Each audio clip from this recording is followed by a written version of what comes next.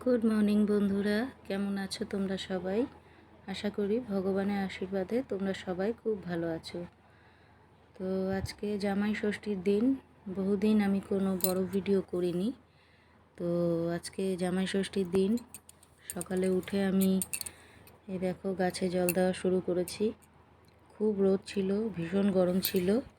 তো গাছে সাধারণত আমার হাজব্যান্ডই জল দিয়ে দেন প্রত্যেক দিন বিকালবেলা করে।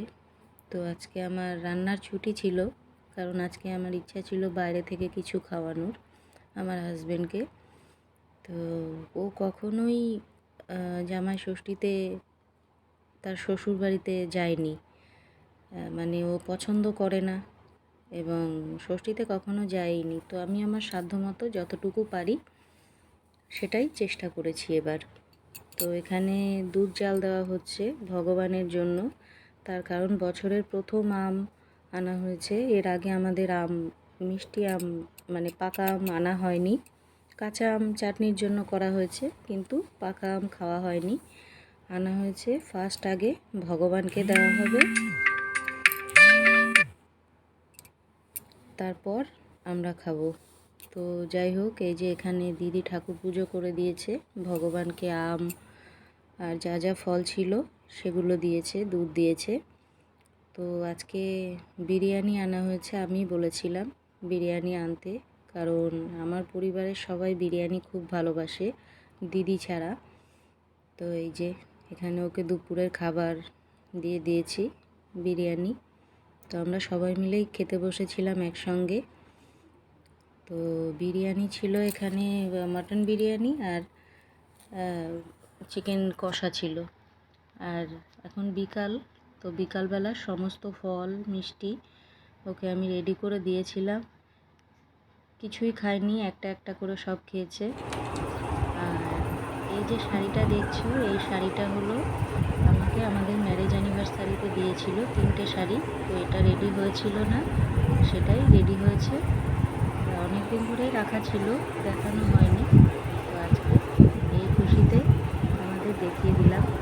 তো কেমন হয়েছে বলো, আমার তো খুব পছন্দ হয়েছে। মহারাজা, কেমন লাগলো আজকে জামাই ষষ্ঠীর আয়োজন? এটা সব থেকে ইউনিক, কারণ বউ সেলিব্রেট করেছে। প্রথম যে আমাকে সেলিব্রেট করেছিল বিকজ অফ লাভ ম্যারেজ, যে আর কোনো বাড়ির লোক বা বাইরের লোকের কোনো পরোয়া নেই। সে নিজে হাতে একটা রোল প্লে করে শাশুড়ির, সে নিজে হাতে একটা রোল প্লে করে আমার মায়ের, আমার বাবার, আমার গার্জেনের। এবং আজকে ফুল 100-200% মার্কস আমার মনে হয় এখনও পর্যন্ত কেউ পায়নি, যে তার নিজের ওয়াইফ প্রত্যেকটা খাবার দাবার ভালোবাসার সাথে দিয়ে, ফল থেকে শুরু করে স্পেশালিটি উইথ মডার্ন টাইমসের বিরিয়ানি, ইচ্ছা করলে সে হাতেও বানাতে পারতো এবং বহুবার বানিয়েওছে, কিন্তু বিরিয়ানি সে বললো বাইরে থেকে নিতে। এবং তার সাথে মিষ্টি, অবশ্যই আম, খেজুর, লিচু, কলা, প্রত্যেকটা জিনিসকে ইউনিক ফিল করানো। শাশুড়ি মায়ের হাত থেকে খাওয়া সেটা একটা আলাদা, বাট বউকে শাশুড়ির মতন এরকমভাবে রোলে পেয়ে তার ভালোবাসার সাথে এরকম পাওয়া আমার মনে হয় কেউ পায়নি। এটা ইউনিক। ভালো লেগেছে? বললাম যে এটা অভূতপূর্ব একটা ফিলিং, প্রকাশ করা যায় না। অনেকেই হয়তো শুনে এটা ভাববে যে শাশুড়ি নেই বা শ্বশুরবাড়িতে যায়নি, বউ কী করবে, বউ তো সে ওয়াইফ। একটা মানুষের মধ্যে এই কোয়ালিটিটা থাকা উচিত। আমি আমার ওয়াইফ সম্বন্ধেই বলছি, যে ওয়াইফের রোল প্লে করার পরেও তার হাজবেন্ডকে এতটা ভালোবাসে যে সে তার এই স্পেশাল দিনে তাকে যেন কখনো একা ফিল না হয়, সে হাজবেন্ডের শ্বশুরবাড়ি, তার মানে তার নিজের মা বা নিজের বাবার রোল দুটোই প্লে করলো, প্লাস অল টাইম তো বউয়ের রোল প্লে করেই। অসাধারণ ফিলিং, খুব ভালো লাগলো। এবং আমার অনেক সময় মনে হলো যে আমি মনে হয় নিজের বাড়িতেই নেই, আমি মনে হয় নিজেই আমার শ্বশুর বাড়িতে চলে আসছি। তারপর আবার আশপাশে দেখছিলাম, এখানে দেখলাম নিজের বাড়ি আছে। আমারও ভালো লাগলো তোমাকে বুড়ি ভোজ করাতে পেরে। এইটা একদম সেম ফিলিংস, কেউ হয়তো মানবে না। যখন আমি লাভ ম্যারেজ করি, ফার্স্ট যখন লাভ একে অপরের প্রতি এক্সপ্রেশন হয়, বিয়ে না হওয়ার আগেও মন থেকে মনে মিল, যেটা আজকালকার দিনের মনে হয় দূর, এটা একটা বাজে কথা।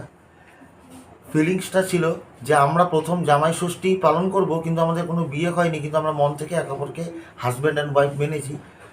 সেই দিনই আমার বউ তার কাছে যত সামান্য ছিল সেই দিয়ে সে আমার ফেভারিট মিষ্টি নিয়ে এসেছিল, এবং তা আমাকে সেই দিন ফার্স্ট ফিলিংস করেছিল এইটাকে সব বলে, সিক্রেট বলে দিচ্ছে, সব সিক্রেট বলে দিচ্ছে। এটাকেই বলে জামাই ষষ্ঠী। এটা সিক্রেট না, এটা একটা মানুষের কোয়ালিটি।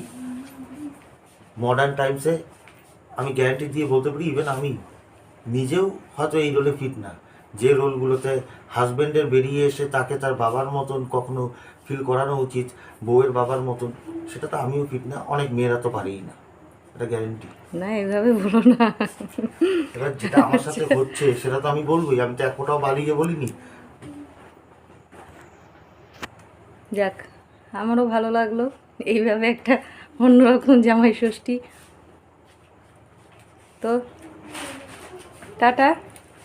টাটা। আপনার ইন্টারভিউ পেয়ে খুব ভালো লাগলো। আপনাকে তো ক্যামেরায় ধরা মুশকিল। আমি ক্যামেরা একটু শাই, বিকজ এটাও আমার গার্জেন এবং তার গাইডেন্সে, যে যে বললো যে তুমি সবসময় ক্যামেরার সামনে এসে এতটা না, তুমি তোমার কাজ করো। একমাত্র গার্জেন আমার ওয়াইফ, সেই এটা বলেছে। সুতরাং আমি বেশি ক্যামেরা ফ্রেন্ডলি না, কাজ করতে বেশি তুমি আমার বার খাওয়াচ্ছ না?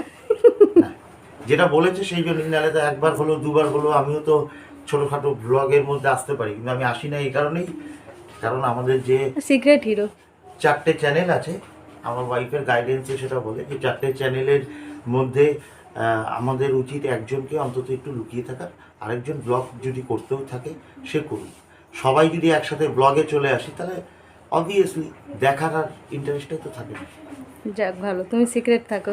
হ্যাঁ, কারণ তার থিঙ্কিংটা খুব সুন্দর। এটা টাটা, আজকের জন্য গুড নাইট। আপনার অ্যাপয়েন্টমেন্ট পেলাম, থ্যাংক ইউ।